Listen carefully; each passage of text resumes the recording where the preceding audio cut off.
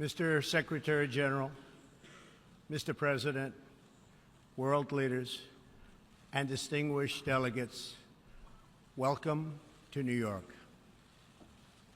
It is a profound honor to stand here in my home city as a representative of the American people to address the people of the world.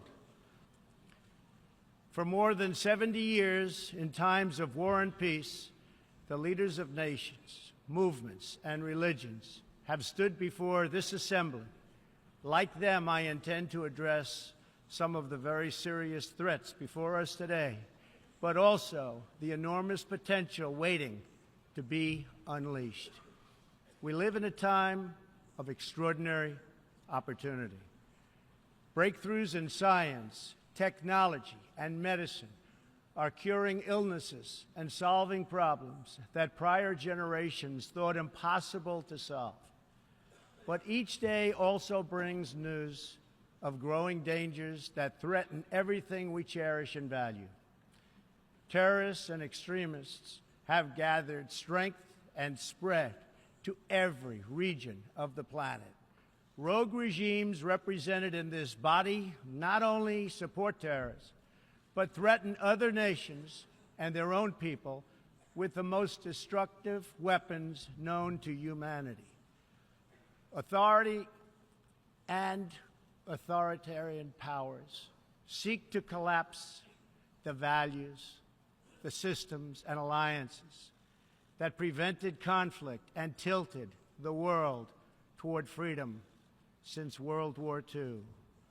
International criminal networks traffic drugs, weapons, people, forced dislocation and mass migration, threaten our borders, and new forms of aggression exploit technology to menace our citizens. To put it simply, we meet at a time of both immense promise and great peril. It is entirely up to us whether we lift the world to new heights or let it fall into a valley of disrepair. We have it in our power, should we so choose, to lift millions from poverty, to help our citizens realize their dreams, and to ensure that new generations of children are raised free from violence, hatred, and fear. This institution was founded in the aftermath of 2 world wars to help shape this better future. It was based on the vision that diverse nations could cooperate to protect their sovereignty, preserve their security, and promote their prosperity. It was in the same period, exactly 70 years ago, that the United States developed the Marshall Plan to help restore Europe. Those 3 beautiful pillars, they're pillars of peace, sovereignty, security, and prosperity. The Marshall Plan was built on the noble idea that the whole world is safer when nations are strong, independent, and free. As President Truman said in his message to Congress at that time, our support of European recovery is in full accord with our support of the United Nations. The success of the United Nations depends upon the independent strength of its members. To overcome the perils of the present and to achieve the promise of the future, we must begin with the wisdom of the past. Our success depends on a coalition of strong and independent nations that embrace their sovereignty to promote security, prosperity, and peace for themselves and for the world. We do not expect diverse countries to share the same cultures, traditions, or even systems of government, but we do expect all nations to uphold these 2 core sovereign duties: to respect the interests of their own people and the rights of every other sovereign nation. This is the beautiful vision of this institution, and this is the foundation for cooperation and success. Strong, sovereign nations let diverse countries with different values, different cultures, and different dreams not just coexist, but work side by side on the basis of mutual respect. Strong, sovereign nations let their people take ownership of the future and control their own destiny. And strong, sovereign nations allow individuals to flourish in the fullness of the life intended by God. In America, we do not seek to impose our way of life on anyone, but rather to let it shine as an example for everyone to watch. This week gives our country a special reason to take pride in that example. We are celebrating the 230th anniversary of our beloved Constitution, the oldest Constitution still in use in the world today.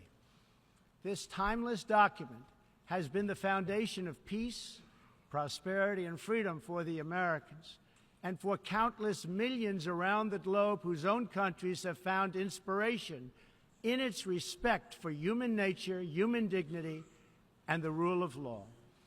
The greatest in the United States Constitution is its first three beautiful words.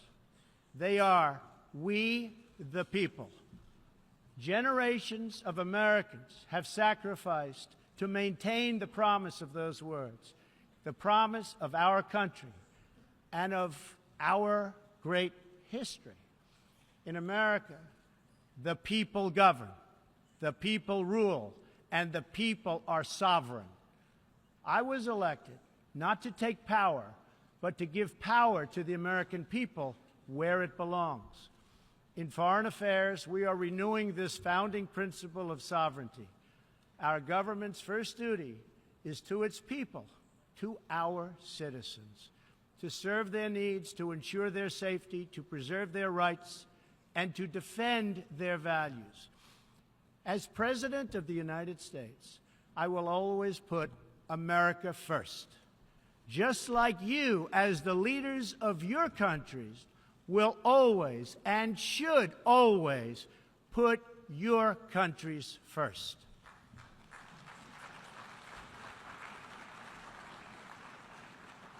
All responsible leaders have an obligation to serve their own citizens, and the nation-state remains the best vehicle for elevating the human condition. But making a better life for our people also requires us to work together in close harmony and unity to create a more safe and peaceful future for all people. The United States will forever be a great friend to the world, and especially to its allies. But we can no longer be taken advantage of or enter into a one-sided deal where the United States gets nothing in return. As long as I hold this office, I will defend America's interests above all else. But in fulfilling our obligations to our own nations, we also realize that it's in everyone's interest to seek a future where all nations can be sovereign, prosperous, and secure. America does more than speak for the values expressed in the United Nations Charter. Our citizens have paid the ultimate price to defend our freedom and the freedom of many nations represented in this great hall. America's devotion is measured on the battlefields where our young men and women have fought and sacrificed alongside of our allies. From the beaches of Europe to the deserts of the Middle East to the jungles of Asia. It is an eternal credit to the American character that even after we and our allies emerged victorious from the bloodiest war in history, we did not seek territorial expansion or attempt to oppose and impose our way of life on others. Instead, we helped build institutions such as this one, to defend the sovereignty, security, and prosperity for all. For the diverse nations of the world, this is our hope. We want harmony and friendship, not conflict and strife. We are guided by outcomes, not ideology. We have a policy of principled realism rooted in shared goals, interests, and values. That realism forces us to confront a question facing every leader and nation in this room. It is a question we cannot escape or avoid. We will slide down the path of complacency, numb to the challenges, threats, and even wars that we face. Or do we have enough strength and pride to confront those dangers today so that our citizens can enjoy peace and prosperity tomorrow? If we desire to lift up our citizens, if we aspire to the approval of history, then we must fulfill our sovereign duties to the people we faithfully represent. We must protect our nations, their interests, and their futures. We must reject threats to sovereignty from the Ukraine to the South China Sea. We must uphold respect for law, respect for borders, and respect for culture, and the peaceful engagement these allow.